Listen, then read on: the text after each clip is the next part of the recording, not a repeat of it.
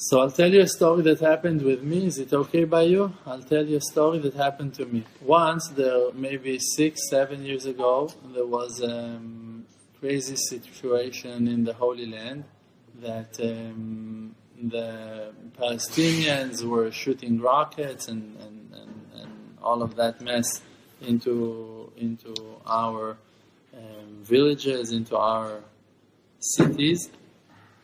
And in one of the nights, I went. It was a very hard time. Many people were killed in those days.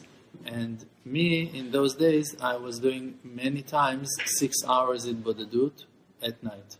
I was helping my wife to put the kids to sleep, and then I would go at night, 9 a.m., 9 p.m., 10 p.m., go to the fields, to the forest, to wherever, many times to graves of tzaddikim.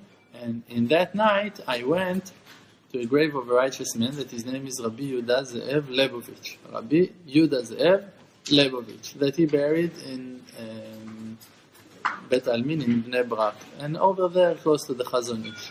And over there I was doing my hitbodedut, and I was crying, and I was calling Hashem, please Hashem, help Am Yisrael, that we won't have people dying so much, and help us. And I tried to cancel judgments as much as I could with my prayers, with my tefillot, with my hitbodeduyot. And suddenly it came to me that there is something wrong with my attitude. I felt that Hashem Yitbarach, He can do such hard things to us, and how can it be that I let Him do something so wrong, Hashem? And that thought was frightening me. Like, who are you to say that Hashem is doing something wrong? But I felt like people are dying, so something is wrong, and Hashem is on top of everything in the world, so what's going on? And then I felt like that is the prayer that Hashem is giving me. And I felt like going and arguing with Him. And I did it. I felt like that will be my bodedut of tonight. And I dared. And I was very, like you say in Hebrew, chatzuf, rude. And I was fighting with Hashem completely. I put all of my powers on that. I told Him, you can't do that anymore. It's not fair, it's not right. People are sacrificing themselves for you. And I was arguing, I was fighting with Him all the way. And exhausted, I went back home. In the next day, a righteous man, that his name is Rabbi Aaron Stern, the son of Rabbi Alter David Chaim Stern from Bnei Brak, a very righteous and very famous rabbi, called me. And he told me, I want you please to... We had a certain meeting in that night, and we had a conversation. And in the end of that conversation and my prayers in that night, in the next day he called me. And he told me, I want you please to call your rabbi and tell him that you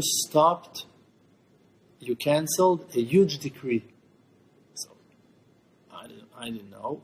Okay, so can you tell me about it? I asked him over the phone. He said, from heaven, there was a huge judgment, something very dangerous that was about to happen to Am Yisrael. And you, with your tefillot and with your attitude, with your approach, you canceled that decree.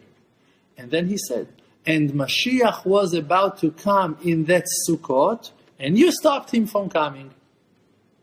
So, I didn't know anything about it. It wasn't my intention. I never thought about it. Mashiach didn't cross my mind while I was praying and doing my vidiyot. And that is what that righteous man decided to tell me. I didn't call him. I didn't ask him what was the effect of my prayers.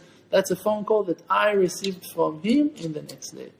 So, look at what it goes on. When Mashiach is coming, so Mashiach is a huge light. And when there is a huge light on something, it reveals, it brings out all of the defects, all of the problems. And then judgments and angers are waking up on the lackings. So then people becomes guilty. And they're not really so guilty, just the fact that Mashiach is already in the gates of Jerusalem makes them guilty. The fact that the Geulah is here, that Mashiach is here, that Bet HaMikdash is here, that everything is pure, suddenly you become so impure, so contaminated. And we don't want that. We want to keep on working on ourselves. So when I was arguing and fighting and trying to cancel the judgments, what that it did was to reject that aspect that calls Mashiach in a way. I don't know what happened in that night. I don't have no clue, no understanding. I don't have those hasagot, high spiritual understandings to see those things. I haven't experienced that. I just heard what that person told me. If it brings some light to your question, we do need to want the redemption to come. We do need to see the Geulah is coming.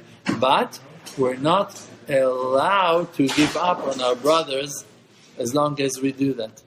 It's just a temporary world that in this world, in this period of time, we have a mission. What's the mission? The mission is only not to forget the Creator, to remember that it's all Him, never to fall in the trap of all of those coverings, of all of those hassles.